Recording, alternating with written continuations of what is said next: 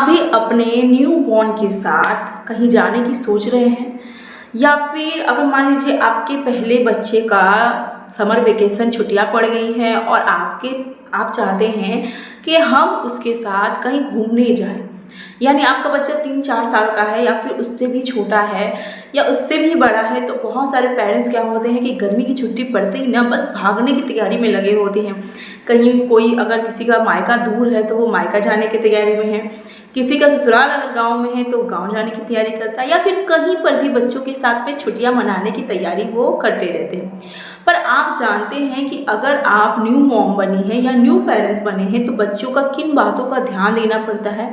अगर first time आप जो है वो रेल जर्नी कर रही, जो ट्रेन जर्नी में जा रही हैं या फिर प्लेन में कैसे भी जा रही हैं और फर्स्ट टाइम है कि हम अपने उस बच्चे के साथ में कहीं जा रहे हैं, तो आपको पता है कि आपको किन किन बातों का ध्यान देना है। क्या आपको वो बातें पता है कि वो 5 ज़रूरी बातें हैं जो आपको दिमाग में रख कर कहीं जाने की सोचनी चाहिए। अगर आप वहाँ जाने की सोच रहे हो ना कहीं पर भी, तो अपने बच्चों को ये 5 चीज़ें हमेशा ध्यान में रख कर चले, क्योंकि जानते हैं फर्स्ट ट्रिप जो होती है ना, जितना खुशनुमा होता है उससे कहीं गुना ज़्यादा जो न्यू पेरेंट्स होते हैं उनके दिमाग में ये चल रहा होता है कि फर्स्ट टाइम अपने बच्चे के साथ में हम कहीं जा रहे हैं, क्या ले जाना है, कैसे जाना है, क्या करना है, नहीं करना है। बहुत सारी जानकारियाँ जो होती है वो उन्हें नहीं होती है। तो आज बात इसी टॉपिक पे है कि ऐसी मैं 5 ज़रूरी जानकारियाँ बताने वाली हूँ आपको कि आप कैसे अपने बच्चे के साथ में जो जर्नी है उसे इंजॉय कर सकते हैं, अपने बच्चे को भी इंजॉय करने दे सकते हैं। तो ये 5 जानकारी आपके लिए बहुत बहुत बहुत हेल्पफुल होगा। Hello guys, how are you, welcome to my channel Naisa lifestyle. I hope आप सब अच्छे हैं एंड आई विश कि आप सब अच्छे हैं। बहुत ज़्यादा गर्मी है, आपको पता है गर्मी होने की वजह से वीडियो भी शूट करने में बहुत दिक्कत होता है, बिकॉज कि फ़ैन को पूरा तरीके से बंद करना पड़ता है ताकि मेरी आवाज़ क्लियर जा सके आप तक। और जो मेरी माइक थी वो बिल्कुल भी ख़राब हो चुकी है। मैंने 2-3 बार माइक मंगाने की कोशिश की, मंगवाया, पर वो मेरे मोबाइल में सेट ही नहीं हो रहा है। तो अगर आपने भी कोई माइक मंगाया है तो प्लीज़ प्लीज़ प्लीज़ मुझे ये बात ज़रूर बताइएगा कि कौन सी माइक जो होती है वो बेस्ट होती है। अगर यूट्यूब के लिए है, कोई ब्लॉगर अगर बना रहा है, उन सब के लिए अगर आपको जानकारी है तो मुझे ज़रूर बताइएगा। फिलहाल जो टॉपिक में बात है कि किन किन बातों का हमें सबसे ज़्यादा ध्यान देना चाहिए, तो सबसे पहला तो आप लोगों को पता है सबसे पहले किन बातों का ध्यान देना। ऑब्वियस बात है पैकेजिंग। हमें बच्चों के लिए क्या क्या पैकेज करना पड़ता है, क्या क्या उनके पैक करना पड़ता है, क्या नहीं करना पड़ता है। बहुत सारे दिमाग में ये क्वेश्चन आते रहता है कि हम अपने बच्चों के लिए आखिर क्या पैक करें, एक में पैक करें, अलग पैक करें, क्या पैक करें, क्या नहीं करें, कुछ दिमाग में नहीं आता है। तो बच्चों का हमेशा ही एक अलग सूटकेस रखिए, हमेशा पैकेजिंग अलग से रखिए। 2 से 3 जोड़े कपड़े जो है वो ज़्यादा लेकर जाइए बच्चों के लिए। ये नहीं कहूँ कि ओवर जो शेड्यूल है वो लेके जाइए, ओवर पैकेजिंग करिए, नहीं, बट हाँ 2 से 3 जोड़े कपड़े आप थोड़ा ज़्यादा लेकर जाइए। ज़्यादा डायपर वाला बच्चा है तो थोड़ा ज़्यादा डायपर ले। हाँ, हर जगह डायपर तो मिलता ही है, वो बात नहीं है, बट अगर ट्रेवलिंग में 102 दिन वाला टाइम है, जैसे जाने में 102 दिन वाला टाइम लगता है, तो ट्रेवलिंग में ना आप कम से कम क्या करिए कि अगर आप कहीं जा रहे हो, ऐसी जगह का अता पता नहीं है, कहीं घूमने जा रहे हो, तो कुछ डायपर भी ज़्यादा लेकर जाइए, बहुत ही आराम रहेगा आपके बच्चों के लिए।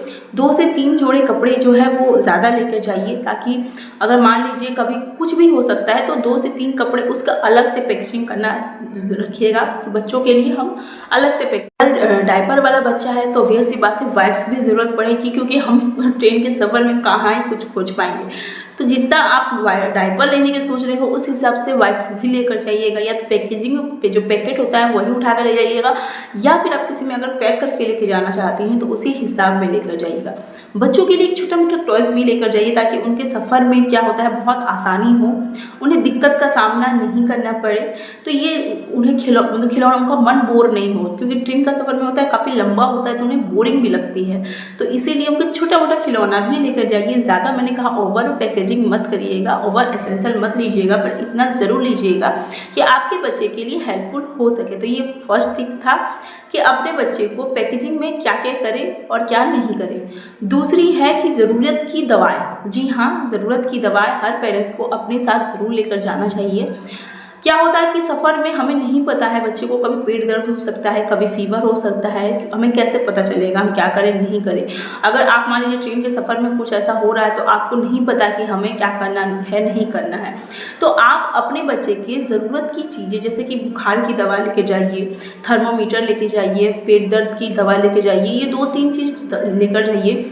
अपने डॉक्टर का कोई अगर आपका पर्सनल डॉक्टर है तो आप उसका फ़ोन नंबर ज़रूर लेके जाइए। बट अगर आपका कोई पर्सनल डॉक्टर नहीं है तो कोई डॉक्टर जो आपके बच्चे का पीडियाट्रिशियन है वो देखता है, जो उसका नंबर लेकर आप रखा कीजिएगा। अगर ज़रूरत पड़े तो हम आपको कॉल कर सकें, उसका नंबर लेकर रखना बहुत ज़्यादा ज़रूरी है। क्योंकि ट्रेन के सफ़र में अगर 1-2 दिन है या फिर कहीं घूम रहे हो, उसके भी सफ़र में कुछ हो जाए, क्या हो जाए, कोई अता पता नहीं होता। और छोटे बच्चे में तो हमारा और भी दिमाग खराब हो जाता है कि हम उसकी क्या करें नहीं करें। इसीलिए कुछ ज़रूरत की दवा, जैसे मैंने आपको कह दिया, थर्मोमीटर ज़रूर लेके जाए, बुखार की दवा लेकर जाए।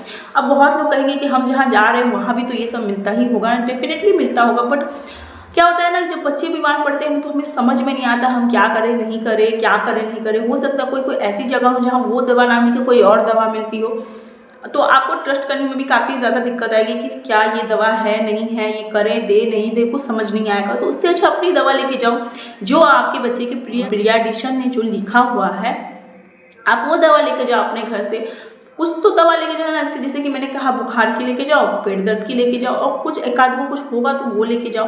तो इसमें कोई दिक्कत बात नहीं है। तो सबसे मेन जो ट्रेवलिंग में होता है ना, यही होता है। क्योंकि हमेशा आप याद रखिएगा, बच्चे को आप कहीं भी लेकर जाइएगा ना तो उसका तबीयत बहुत जल्दी ख़राब हो जाता है। बिकॉज गर्मी जितना हम बर्दाश्त कर सकते हैं, बच्चे उतनी गर्मी बर्दाश्त नहीं कर सकते हैं। उनकी जो त्वचा होती है बहुत ज़्यादा मुलायम होने की वजह से बहुत जल्दी उनका में बीमारियों का घर बना लेता है। तो इसीलिए ट्रैवलिंग में पानी की जो कहते हैं ना, यहाँ का पानी से वहाँ चेंजिंग होता है तो तबीयत खराब होने लगती है। तो बहुत कुछ होने लगता है बच्चों के साथ में, सर्दी खांसी, इतनी सारी दवा तो नहीं ले जा सकते, पर ऐसा कुछ लेकर जाइए। मैं ऐसे कहा बुखार की दवा लेकर, ये बहुत चीज़ में काम आ जाता है। अगर बच्चे का कहीं दर्द हो रहा है तो बुखार का दवा से भी आराम हो जाएगा। मतलब बुखार का दवा बहुत ज़्यादा काम में आता है। पेट दर्द का दवा भी लेके जाएंगे तो पेट दर्द के काम में आ जाएगा। अगर आप कुछ और भी दवा, अगर जैसे कि नेसो के लिए लेके, अगर मान लीजिए सर्दी बहुत ज़्यादा है तो आप नेसो के लिए देखो, उसका नाक जाम होने से बचा सकते हैं, जो नेसल ड्रॉप है। तो कुछ दवा आप लेकर जा सकते हो, वरना ऐसी कोई ज़रूरत बात नहीं है। तो दूसरा भी मैंने बता दिया, पहले है पैकेजिंग में क्या करें, दूसरा है दवा लेकर जाना बहुत ज़्यादा ज़रूरी है, और तीसरा है फीडिंग और हाइड्रेशन। जी हाँ, तीसरा है फीडिंग और हाइड्रेशन। अब ये क्या है, सफ़र के दौरान में हो सकता है कि बच्चे के खान पान के समय बदल सकते हैं, क्योंकि कभी लेट हो जाता है, कभी जल्दी हो जाता है। बट उन्हें सही समय पे खाना देना बहुत ज़्यादा ज़रूरी है। समय थोड़ा सा चेंजिंग हो सकता है, पर समय पर देना बहुत ज़्यादा ज़रूरी है।